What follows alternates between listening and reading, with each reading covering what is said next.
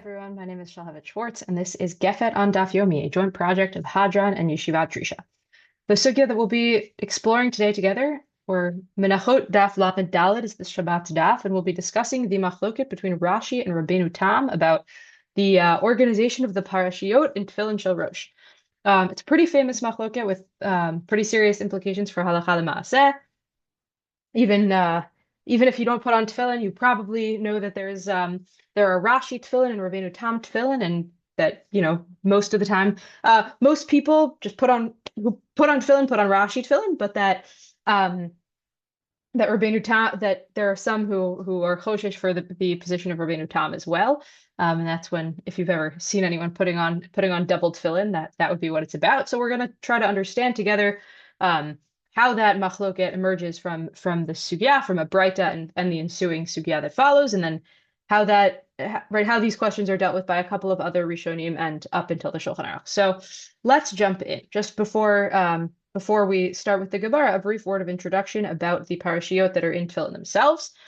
There are four different times in the Torah four different instances when the Torah refers to or alludes to something that what Chazal understand to be tefillin, twice in Sefer Shmot, and twice in Sefer Devarim. So the four different parashiot, or the four, correspond to each of those different references. The first one is the parasha of Kadesh Li Kol Bechor, and then right after that, the actually immediately following parashia in the Torah starts with V'hayaki V'yacha. That's the context there is Yetziat Mitzrayim, and then we get Tfillin mentioned two more times. Probably they're the references that most of you know because we say them in Kriyat Shema every day. One in the first parasha of Shema Yisrael, and the other in V'hayim Shema.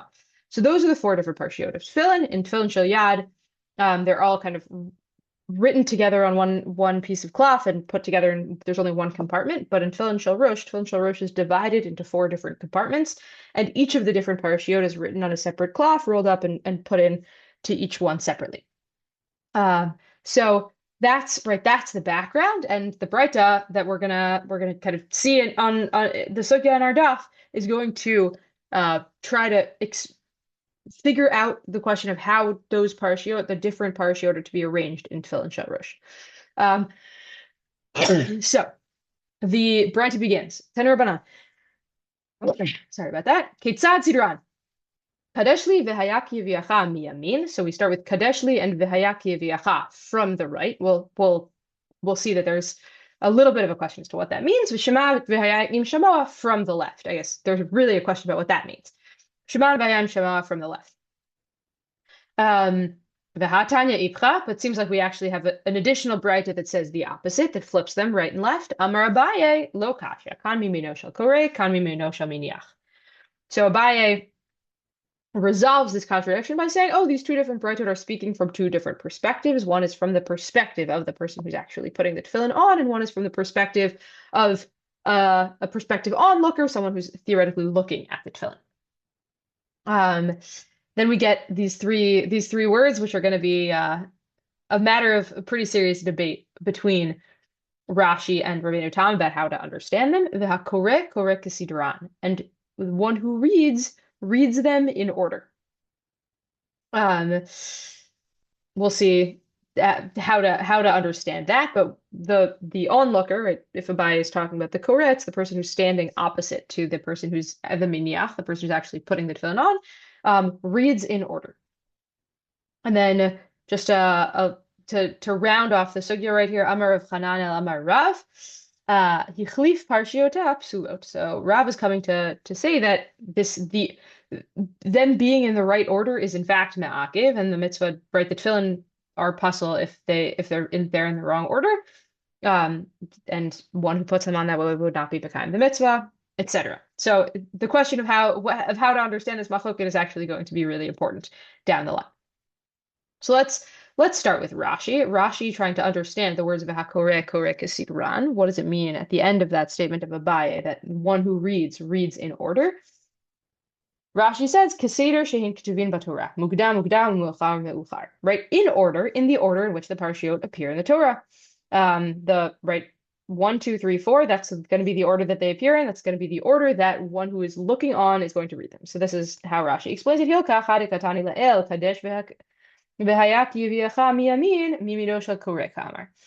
What is Abaye coming to say? One who reads it in order. That means that the Breita that says that the Parshiot and Shmot are from the right, that must be referring to the right for the Koreh, because Hebrew is a right to left language. So someone looking at the person with the tefillin would look at the parashiot. If that person were to open them up and read them, he would read them in order, right? And what that means is that the right from the right means from the right from the perspective of the Koreh.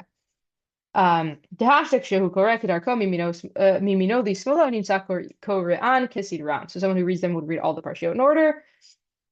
Right, and the opposite Breita is referring from the perspective of right that thinks that the Kadesh, that the Shmot Parshiot are on the left. Oh, that's the left from the perspective of the Miniach and the right from the perspective of the reader, such that someone reading would be reading the whole all of them in order. So just how we land in terms of the what Rashi Tfillin look like, there's a diagram here that tells you sort of how the compartments look.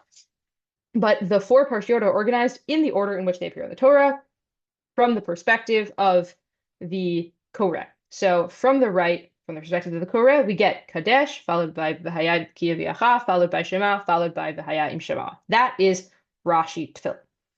Now let's look at Tosafot, in which Tosafot is going to take issue on some level with Rashi's reading. So Pirush B'Kutris, first he quotes Rashi and tells you kind of how Rashi understands V'hakoreh Koreh Kasiran. But Kashel Rabbeinu Tam. Rabbeinu Tam is doesn't think this works. Why? De'amai palginu shekoresh tehen harishonot miyamin v'kol ha'achronot mismol. He doesn't understand why it is that the Breita would be phrased the way it is if this is in fact what's going on. Why is it that we're basically splitting the parashiot into 2 and 2 and calling the rightmost 2 from the right and the leftmost 2 from the left? Yael Omar, what should it have said? Says Rabbeinu Tam. Rishona miyamin v'chol ha'acherot mismol. Right, that the first one, Kadeshli, is on the right, and all of the others are to the left of that. Oh, Ipcha, right, and if we're speaking from the other perspective, Shlosha Rishonot miyamin or v'it mismol. Right, that we would call the leftmost one, which would be right the first one leftmost, and all of the other ones to the right of that. Why do I think we should do that? It says Rabbeinu Tam Kimo Gabei Ner Ma'aravi de Parak Shtei Lechem, right? If we're talking about the later in our Masechet, we'll see the arrangement of the menorah. The Yalif de Nirot shel menorah Mizrach u'Ma'arav munachim kedichtiv b'ner Ma'aravi lifnei Hashem miklal dekul hulav lifnei Hashem. So there, when it's referring to the arrangement of the candles, it calls the westernmost candle lifnei Hashem. And then says on that, oh, that must mean that the other ones are not, at least comparatively, lifnei Hashem. They're not as close. And so we say the westernmost, the furthest one is considered the one that's on the west side or on the lifnei Hashem side, and everything else is further away. Right, we don't say half of them are lifnei Hashem and half of them are not. So to here, we should say there's the rightmost one and everything else on the left of that. We shouldn't say 2 are on the right and 2 are on the left, right? That's kind of an absurd way for the Breita to be describing an order that's 1, 2, 3, 4 from right to left. So the Rosh come to Rashi's defense and explains why, even if I'm understanding the Breita in that order, as being in that order, I might still call them 2 on the right and 2 on the left, and why that makes more sense to do in a case of tefillin, let's say, than in a case of the nirot of the menorah. Yesh lidchot, says the Rosh, lefisha tefillin munachim be'emtza harosh, ushtei parshiot miyamin ha'adam, ushtayim mismola. That because tefillin are placed on a person's forehead, or on the front of a person's head, and they're kind of split down the middle of that person's body, then what you actually do end up with 2 that are on the right side of a person's body and 2 that are on the left side of the person's body. So it actually makes a lot of sense to call 2 of them the right side and 2 of them the left side, because there's a human being, the center line of a human being is smack in the middle of them, which is not true in the menorah, in which case we're really understanding it relative to the aron and not relative to, something in which it's split down the middle. So that's the Rosh coming to Rashi's defense, but Rabbeinu Tam's critique or Rabbeinu Tam's challenge still sort of bimkomo omedet, right? It still stands, and instead Rabbeinu Tam is going to offer his own understanding of what the miyamin mismol means and how tefillin are to be set up. So Mefaresh Rabbeinu Tam, Tosafot continues, Kadesh v'hayaki v'yacha miyamin shel koreh. The Kadesh and v'hayaki v'yacha are from the right side, from the perspective of the reader. So far so good, meaning so far same as Rashi. ומשמאל של קורא הווה שמע מבחוץ ואחריה והיה עם שמוע מבפנים. And on the left side, but starting from the left, and this is really how Rabbeinu Tam understands mismol, from the left, you have Shema followed by V'hayam Shema. So Shema is going to be on the outside, and V'hayam Shema is going to be on the inside. And now it makes sense that they're kind of split into the two right side and the two left side. You've got the Shmot Parshiot coming right from the right, and then the Devarim Parshiot from the left. But both sides, we kind of imagine them outside going in. Tosafot, or Rabbeinu Tam here, where Tosafot is bringing in the defense of Rabbeinu Tam a couple of other positions earlier in the Gaonim, or Rabbeinu Chananel, right, an early Rishon, that seem to imply that they understand tefillin to be arranged this way. וכן פירש רבנו חננאל בסנהדרין כל בית החיצון שאינו רואה את האוויר פסול. So right, there's a Gemara in Sanhedrin about the batim on the outsides, and Rabbeinu Chananel explains that as kigon kadesh ushma, right? So that the kadesh li kol bechor and ushma are the two batim on the outside. According to Rashi, it wouldn't be. It would be kadesh and v'hayim shemoa. Seems like Rabbeinu Chananel agrees with Rabbeinu Tam. וכן רב האי גאון והיה מניח סימן havayot lahadade. That Rav Hai Gaon would understand that the havayot, right, the two parashiyot begin with the words v'haya are going to be next to each other. Perush v'haya ki yaviacha v'haya im shamoa pnimiyot zo etzel zo. So that the two v'hayas are on the inside, meaning that Shema and Kadesh Li are on the outside. Again, according to Rabbeinu Tam. So that's Rabbeinu Tam's position. Just let's quickly look at a diagram again, right? Again, starting from the right, from the perspective of the Koreh. We've got Kadesh, then V'hayaki V'yacha, but then instead of Shema, we've got V'hayam Shema, and then Shema. So the two batim on the left side, which again would be the right side of the Miniyah, are flipped. That is the position of Rabbeinu Tam. Now, what is Tosafot, or on behalf of Rabbeinu Tam, what is Rabbeinu Tam going to do with those words, those words hakoreh koreh kesidran from the end of what Abaye said? Because according to Rashi, right, you read it in the order in which they're in the Torah, but the Rabbeinu Tam's order is out of order. So how are we going to understand those words hakoreh koreh kesidran? V'hai deka amar hakoreh koreh kesidran lav k'moshe pirish b'kuntras keseder shektuva b'Torah. It's not the order that the Parshiot are written in the Torah, not like what Rashi says. Ela mefaresh Rabbeinu Tam dehu siyum habraita de ketzad sidran. Actually, we have to understand the words koreh koreh kesidran as a continuation, not of what Abaye is saying in order to harmonize the two braitot, but is actually going back and continuing the braita itself that started with the question, how are they ordered? The ka'amar shekoreh keseder shemunachin b'tfillin mimino lismolo. And right, one who would read them in the order that they appear from right to left on the tefillin. Dehainu, right, which is not the order of the Torah. Dehainu, what is that order? Kadesh, v'hayaki v'yacha, v'hayayim shamoa, shema. Right, and then you would end up reading them in an order that is the order that they're arranged, which is different than the order that they were originally written in the Torah. So he says that's a continuation of the Braita, but afilu lo yehe mina Braita ein kashaklin. Even if it's not actually part of the Braita, it's still not difficult. It still makes sense. The Rambam in a shoot, the Rambam agrees with Rashi's understanding of how to arrange the tefillin, and the Rambam in a shoot explains sort of where he gets that from, and he actually brings in a sort of different a different piece of evidence, which is a different girsa of the Gemara. So what does he say?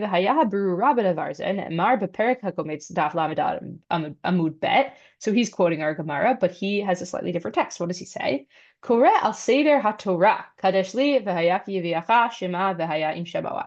he has he has language in the Gemara that's different from ours that says explicitly basically what Rashi says, that he's Koreh al Seder HaTorah, that you read in the order of the Torah, and then lists the parshiot in the order that they in fact appear in the Torah.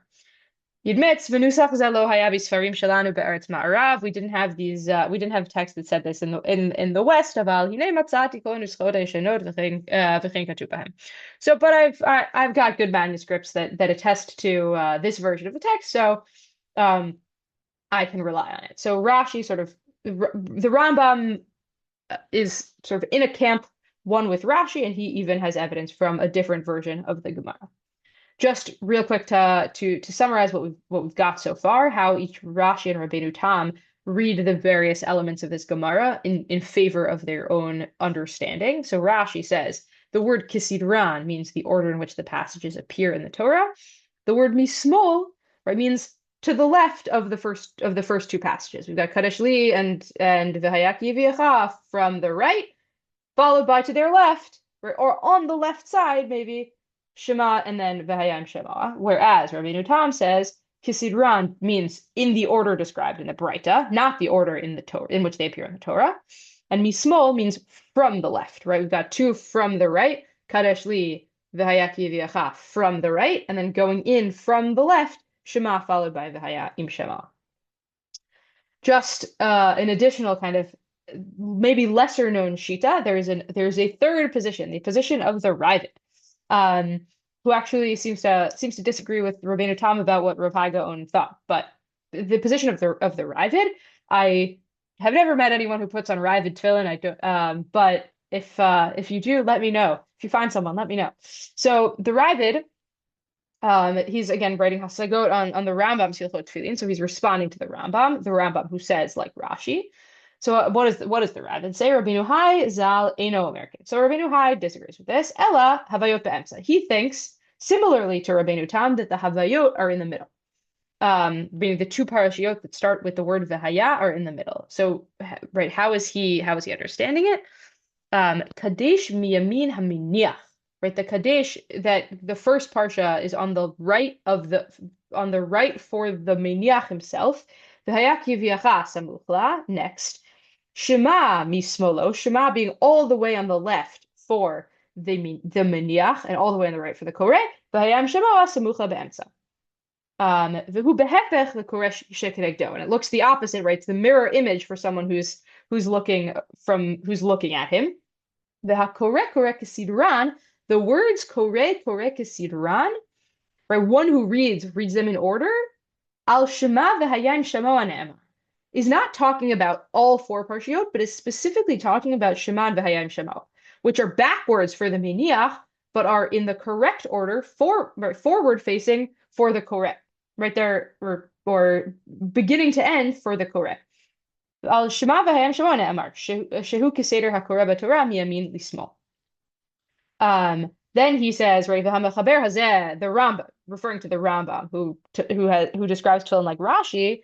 Some v'hamachaber hazeh some habraita shnuya begemara miyamin hakoreh. He understood the braita as referring to when the braita that we saw in the Gemara, which said miyamin.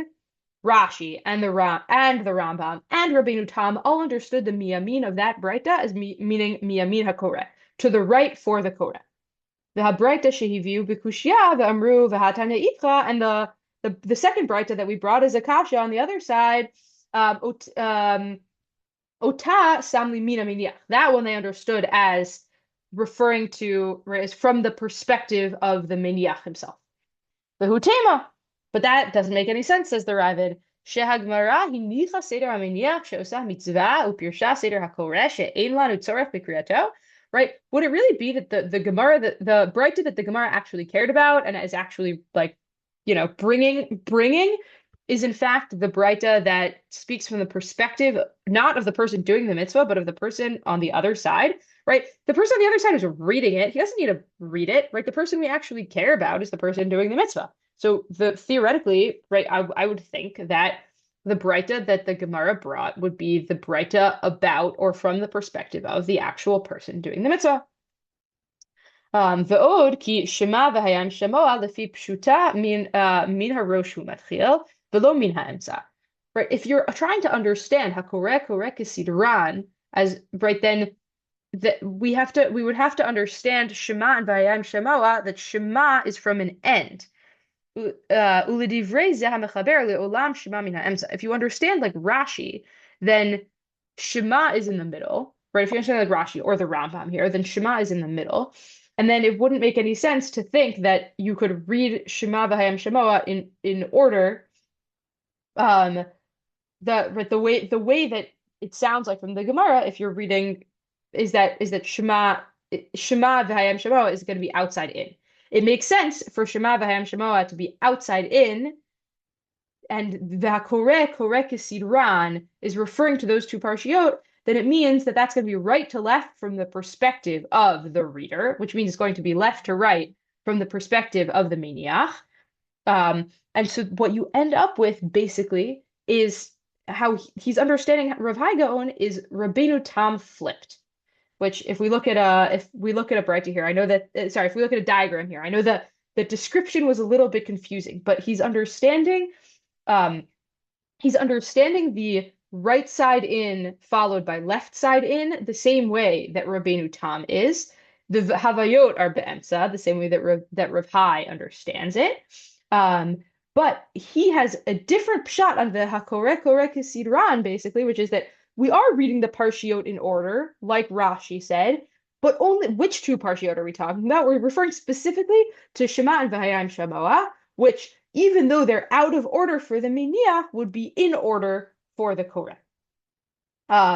So that's right. The way that the parashiot look for Ravid Tfillin, if you're theoretically from the perspective of the Koreh, you start with Shema, then V'hayam Shemoah, then V'haya Kiviyacha, and then Kaddish. So just in terms of who's kind of in whose camp about what, how we think about where the Ravid lands relative to these other Shitot. Rabbeinu Tam and the Ravid are similar in that both of them think, right, the Havayot be'emsa, and that when we say miyaminu mismol, we mean kind of from the right going in and from the left going in, whereas Rashi thinks we just care about the order of the parshiot as they appear in the Torah, beginning to end. That's how Rashi and the Rambam understand it. On the other hand, Rashi and Rabbeinu Tam both ultimately agree that the Breita is understood from the perspective of the onlooker, from the perspective of the Koreh, and that the tefillin ultimately are organized from the perspective of the onlooker, whereas the Ravid thinks they're organized from the perspective of the person actually wearing the tefillin. And it might be that there's even a kind of something, right, a deeper layer to this machloket that we know that tefillin are referred to as an oat. And then that Rashi and Rabbeinu Tam maybe are understanding there to be something inherently public facing about tefillin, even maybe as part of, right, why do we put them on to show something that kind of reflects outward. We know that the description as an oat has ramifications, implications for halacha about not putting on tefillin on Shabbat, for example.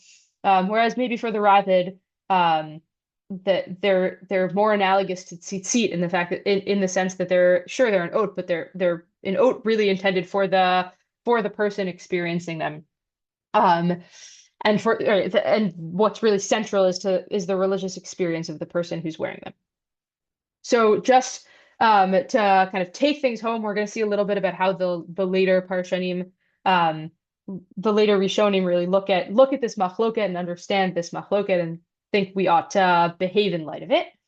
So we've got the Rosh in Hilchot Tfillin kind of brings both shitot, and then says what he says about how we ought to be machriya. So Ulefi she nechleku b'davar zeh geonei ulam utfilin shel elu psulin leelu. Because this is a big machloket between geonei olam, Rashi and Rabbeinu Tam. Neither of them are small guys, and it is also an important machloket in that really it doesn't work for neither's position there isn't a more machmir position that we could be choshesh for, right? Both positions think that the other person's understanding is totally possible.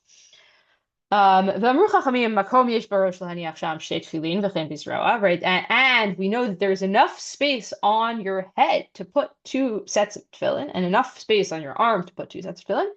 Yarei shamayim yetzei yedei shnehem v'yaseh shnei zugei tefillin v'yaniach shnehem. So if you're a real Yarei shamayim, you should try to be choshesh for both. Put on two sets of tefillin at the same time. V'yechavin b'sha'at hanachatan be'otan shehen ktuvin ketiknan bahen ani yotzei yedei chovati. You should have kavanah at the time when you're putting them on. I want to be yotzei with the correct ones. Ushar hein karetzua ba'alma. And the other ones are just, they're just straps. Ve'in kan bal tosif, and don't worry, there's no chashash for bal tosif here. Ela be'oseh hebatim. Right, the only way to be over on bal tosif with tefillin is to make a fifth bite and put in like random other stuff in the Torah. V'lo yaniach shnei hazugin bekisacha dechad mizugin chol hava ve'asur latitan bekishat tefillin. That's sort of an interesting extra deen here, is that tashbishei kedusha, right? I can't hold things that are chol in the container for the things that are kodesh, and if both of them are safek kodesh, safek chol, I can't put them in the same container because then it would definitely be holding both kodesh and chol. And you got to label your Rabbeinu Tam tefillin and your Rashi tefillin case just in case, no pun intended, so that you won't mix them up by accident.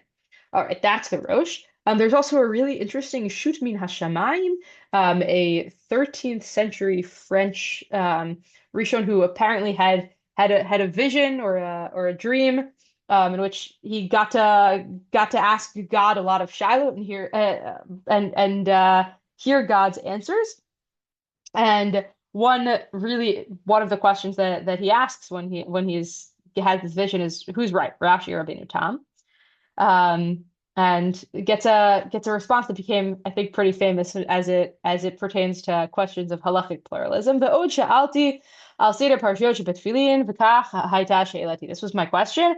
Ana hamelech hagadol hagibor v'anora chacham harazim megaleni starot megidna elamot shomer habrit v'hachesed hagdel nach astecha imanu hayom v'tzaveh lemalachecha hagdoshim lahodieni et asher nistapakna b'seder parshiyot shel tefillin. Tell me, Kadosh Baruch Hu, which one of these is right? Right, there are people who think havayot be'emtza. Rabbeinu Tam, Rav Hai. V'im hachlif psulot, and if you flip them, they're puzzle. And there are those who think havayot kesidran, that the parshiyot are supposed to be in order. Rashi, v'im hachlif psulot. V'ata melech hamelachim tzaveh lemalachecha kadoshim lahodieni halacha kedivrei mi v'divrei mi ata mechavev. Who's right? V'hishiva. Elu ve'elu divrei Elohim chayim u'k'machloket lemata kach machloket lemala. So just like there is machloket Rabbeinu Tam and Rashi, there is also a machloket in the Palmalia Shamala. Hakadosh Baruch Hu Omer havayot be'emsa. God says like Rabbeinu Tam. V'chol Palmalia Shamala omrim havayot kesidran, and the whole Palmalia Shamala says havayot kesidran. V'hu asher diber Hashem b'kruvay kadesh v'al pnei kol ha'am echabed. And some version of the Nitzchuni banai lo b'shamayim Gemara is playing out here, right? God actually prefers not God's own shita, but prefers the shita of the Melachim. V'zeh kvodo b'hiot parashat malchut shamayim tchila. So Rashi wins, but not because it's actually correct. In fact, God thinks that Rabbeinu Tam is correct. But really just that this machloket is sort of understood to be in some ways the kind of paradigmatic machloket that not only are the Rishonim cholkim about, but even the ministering angels and God are cholkim about. And just on a final note, so how does the Shulchan Aruch ultimately paskin? Yorei Shamayim Yitzei Yidei Shnehem. So he's sort of quoting more or less the Rosh here, right,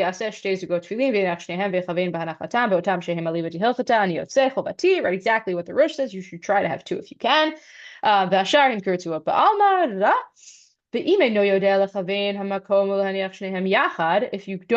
If you can't do them both at the same time, your arm's not big enough, for example, right? You need pretty muscular arms maybe in order to make that work.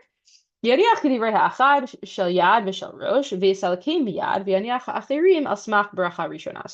you can do two not at the same time, but but you do one at a time, and just make the bracha before you put them on the first time.